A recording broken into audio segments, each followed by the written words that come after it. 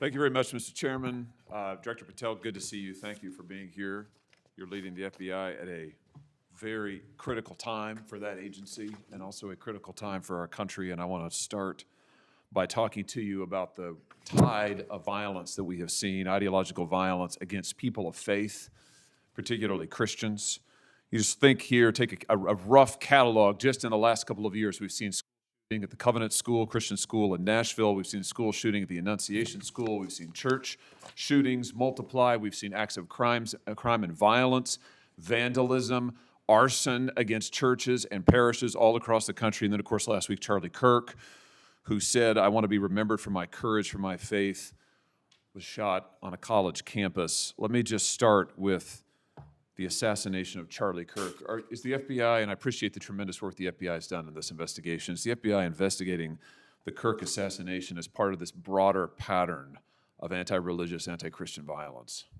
We are investigating Charlie's assassination fully and completely and running out every lead related to any allegation of broader violence, and we're producing results on that we'll disclose when appropriate. Good. I'm glad to hear that. Let me just ask you a few questions about that, if I could. Sure. Reports have suggested that the FBI is investigating a broader network of groups that may have had some knowledge of the shooter's plans.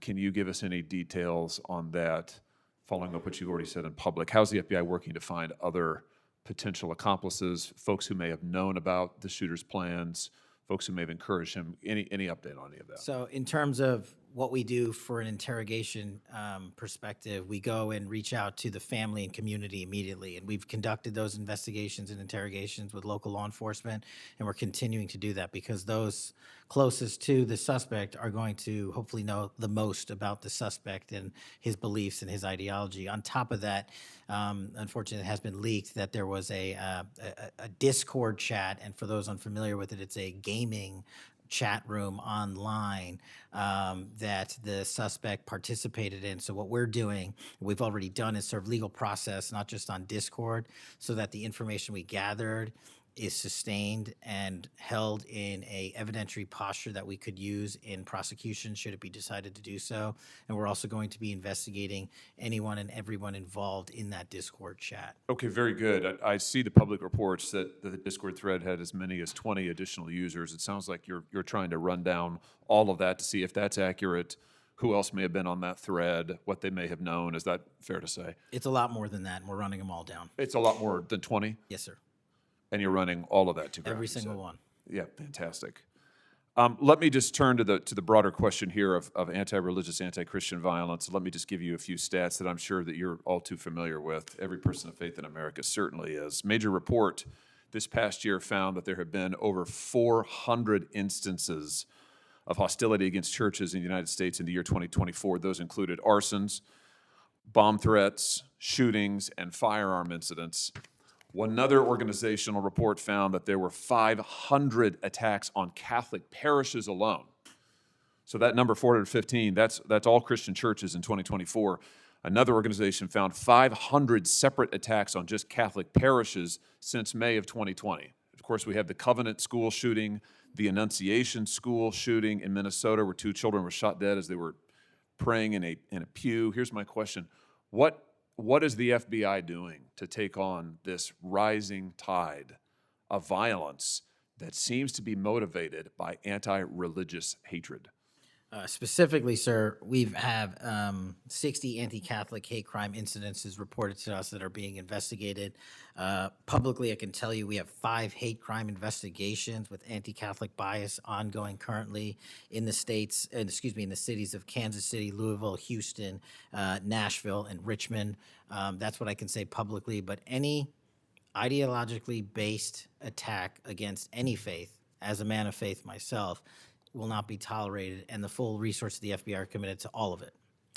Are you investigating any domestic cells that instigate or encourage or fund or in any way support attacks on churches or other houses of worship? Senator, you raise an incredibly important point that most people don't look at. I've always said we follow the money, and whether it's terrorism or attacks based on ideology or attacks on institutions of faith or people of faith, someone's paying for it.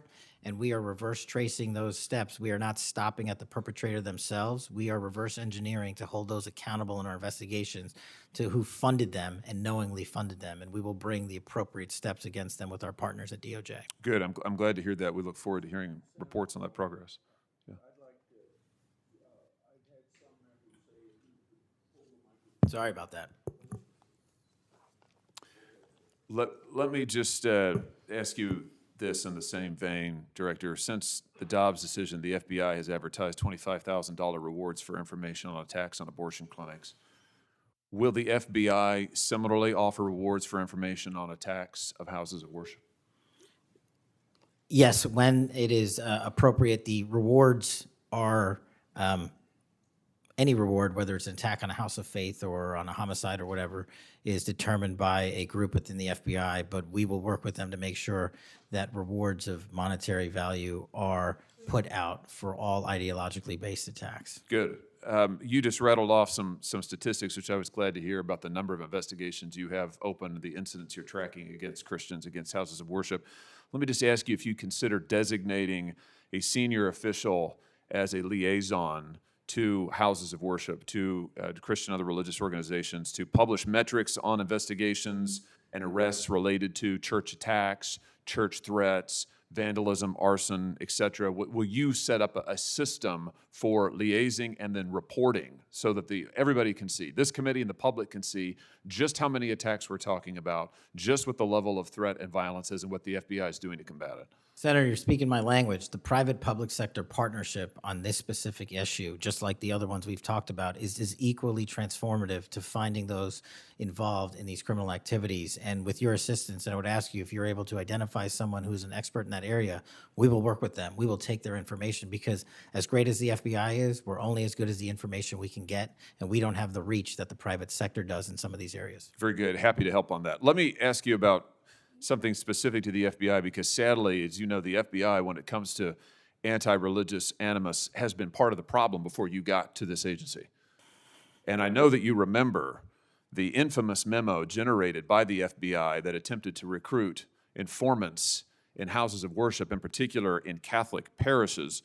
Your predecessor testified when this information, I just want to reiterate, this memo became public because of a whistleblower. It was not turned over to this committee. It was not disclosed to this committee. In fact, we were told it didn't exist, and then a whistleblower published it, showing that indeed the FBI had recruited informants, attempted to, into Catholic parishes. Your predecessor then testified, sitting right where you are today, he testified that this, I'm going to quote, was a single product by a single field office, end quote. That was a lie. Because we then had additional whistleblowers come forward and say, no, actually, multiple field offices contributed to the drafting of the report. And indeed, there was a second anti-Catholic memo that the FBI generated. And indeed, those memos were distributed to over 1,000 FBI agents across the country. You know all of this. You and I talked about it when you were here for your confirmation hearing back in January. I just want to follow up and see, have you been able to determine how this memo got written and distributed? How is it that the Federal Bureau of Investigation came to be recruiting informants in Christian churches in this country? Senator, we did dig in, and we are doing our investigation simultaneously with Congress. And just to put it in perspective, we've provided 700 documents on the Richmond Catholic memo specifically to this committee, whereas my predecessor provided 19 pages. And not only that, but we looked into how the source recruitment structure at the FBI was conducted during this time. And we made adjustments and permanent fixes to ensure that sources are not put into houses of worship unless there is an actual ongoing criminal or international terrorism threat. We will not use sources at this FBI to investigate and cull information just for the sake of culling information in houses of worship. Has anybody been fired for this? There have been terminations related to this and resignations. Good. There need to be, because if this is going to be standard at the FBI, nobody can trust the FBI. You want to talk about violating the First Amendment? This has got First Amendment violation written all over it. It's one of the most revolting chapters in the FBI's history. And considering what we're seeing more broadly in terms of the acts of violence against people of faith, this has absolutely got to end, and the FBI has to lead the way. So I count on you to do that, Director. Let me just, in the minute or so that I have remaining, let me just shift gears and ask you about something else you said earlier. You said that protecting our youth is maybe the FBI's top priority. It's great to hear. Let me ask you about the role of AI chatbots in that, which you've talked about a little bit already today. Are you investigating any cases of AI-generated child sex abuse material? You issued a PSA earlier this year warning that synthetic child sex abuse material, it's where the AI generates it using maybe a real kid's image, but then generates sex material, sex abuse material. You warned that that was illegal under federal law. Is the FBI investigating any instances of this synthetic CSAM material generated by AI that you can speak to? We are investigating dozens of those matters because let me just say this. As far as the FBI is concerned, generative AI that produces CSAM, child sexual abuse material, under our investigative authorities is treated as equally as if it were actual child sexual abuse material. There's no difference for me and the FBI on this. Let me just ask you one other thing in this vein. I'm sure you've seen the reporting that Meta's AI rules, their own internal guidelines, allowed their chatbots to have sensual, that's their word, sensual conversations with children. We've had instances, multiple instances of children, minors, taking their own lives at the behest of chatbots that instructed them with specificity on how to do it. What's the FBI's role here in investigating what is going on with these chatbots, with these AI companies encouraging? I mean, listen, if an actual person did that, we would say that's grooming. We would say that's child abuse. These companies are doing it. Their own guidelines allow it. What can we do about that? You're referring to NVE, nihilistic violent extremism, and the 764. It has been made a priority of the FBI because they are targeting children, and these chatbots and these generative AI are getting coupled with actual humans who are using them and releasing them because they can do the work faster and quicker than humans can and get into spaces like social media where humans have a difficulty in engaging. And what we're doing is treating any extension of generative AI as the criminal themselves. And we have, I think, I've got to get the number back to you, but over 1,000 investigations related to NVE. We've had numerous takedowns and arrests of 764 individuals. And we are educating, this may be the most important part, I'm directly engaging with the social media and media companies, the internet service providers, to find a way to shut down. There's nothing I can do at the FBI to force them to shut it down, but work with you in Congress to find a way to work with our partners to get that shut down permanently. Thank you. Senator Combs.